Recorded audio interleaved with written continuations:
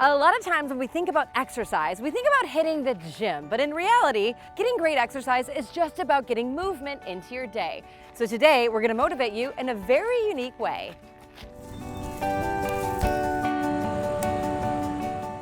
I'm here with Katie Rotella to talk about how gardening can actually add some movement into your everyday life. And Katie, I think a lot of people don't realize that gardening involves a lot of physical exertion. Yes, it does. It takes a lot to maintain your garden and make it keep looking pretty. You're using all of your muscles when you're in the garden. You're using back muscles while you're lifting and hanging. You're using your legs to pull, and a lot of core work as well. Also, your plants might be a little bit further away from a water source, so walking back and forth to fill your watering can or to roll that hose back up the steps back and forth, climb really easily in the garden. And doctors suggest that you get at least 2.5 hours per week for exercise, moderate exercise, and gardening can fit that very easily. I love that, and that's especially important when we're trying to reduce the risk of disease.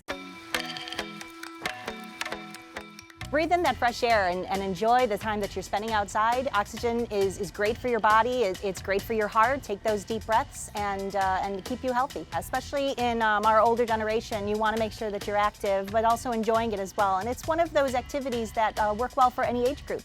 A lot of times people garden or they get outside or they do a hobby because it distresses them. You're sort of working in flow, and that's really got to help you mentally as well. There's a lot of mental aspects of gardening. There's studies that show that plants make you happier. They help you with color and scent that can affect your brain and your mood, really decompress you after a tough day. And then from your garden, you can bring those indoors and enjoy them through the week. Katie, I cannot wait to garden with you because you're the expert, so let's get out there and do something. Sounds great.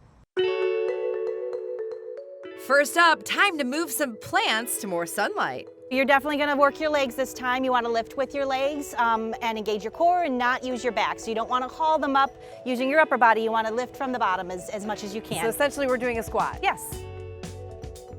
And now in this location, the plants will get more sun, but we're getting sun as well. But we're not done yet. We just worked our legs and our arms, but it's time to work maybe our upper back by lifting something overhead with a hanging basket. So more exercise in the garden. Yes, it's not over yet. Let's do it.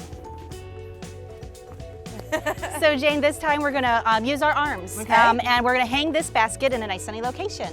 As comparison, we've got a weight that's about 15 pounds, and wet, this is about how much this basket weighs. Wow. We're going to lift it up and put your it in shoulders. place. So really good upper body workout. Yes. Let's get that up there.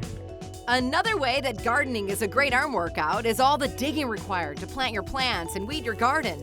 And don't forget all the steps you get as you walk back and forth watering. So remember, when it comes to getting movement into your day, get creative and have fun.